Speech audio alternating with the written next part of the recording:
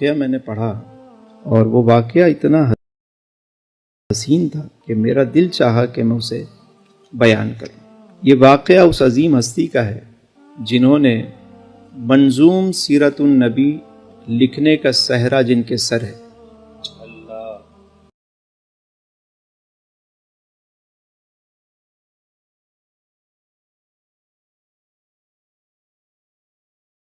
ابو العصر فردوسی اسلام اور قومی ترانے کے خالق حفیظ جالندھری، یہ وہ اپنا واقعہ لکھتے۔ 71 سال کی عمر ہے جب یہ واقعہ وہ اپنی کتاب میں لکھ رہے ہیں۔ کہتے ہیں کہ میں 71 سال کا بوڑھا شخص ہوں، لیکن میں اللہ اور اس کے رسول کو گواہ کر کے حاضر و ناظر جان کر تحریر کر رہا ہوں کہ اس میں جھوٹ کا کوئی ایلیمنٹ نہیں، نہ میں نے کسی سے سنا ہے، نہ میں نے کوئی سنایا واقعہ بیان کیا، میں نے اپنی آنکھوں سے دیکھا اور وہ واقعہ میں بیان کر رہا ہوں۔ حفیظ جالندھری وہ ہیں کہ جنہوں نے شاہنامہ اسلام لکھا۔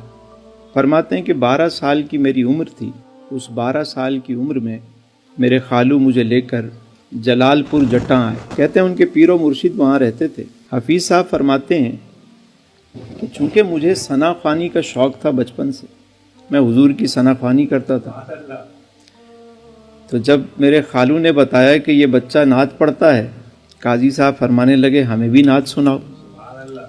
تو جب میں نے نعت سنائی تو وہ نعت ان کو اتنی پسند آئی کہ جب بھی شام کو محفل سجتی وہ مجھے بلاتے، کہتے کہ کھڑے ہو کے نعت سناؤ، اور میں نعت سناتا۔ وقت یوں ہی گزرتا رہا۔ ایک دن قاضی صاحب اپنے رنگ میں تھے، فرمانے لگے کہ حفیظ آج تم لوگوں کی لکھی ہوئی نعتیں پڑھتے ہو، ایک وقت آئے گا کہ زمانہ تمہاری لکھی ہوئی نعتیں پڑھے گا۔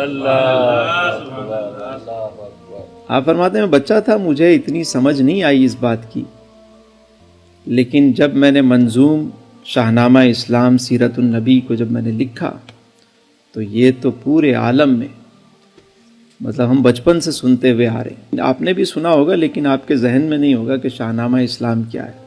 حضور کی پوری سیرت کو منظوم انداز میں لکھنے کی سعادت حاصل ہے، اور میں سمجھتا ہوں کہ یہی منظوم سیرت ہی حفیظ جالندھری صاحب کی بخشش کے لیے کافی ہے۔ اللہ کی ذات سے امید ہے کہ یہ اتنا بڑا کام ہے حضور کی محبت کا کہ اسی سبب سے ہی ان کی بخشش ہو جائے گی انشاءاللہ۔ فرماتے ہیں کہ اسی طرح شب و روز گزر رہے تھے، ایک دن ایسا ہوا کہ کچھ لوگ آئے قاضی صاحب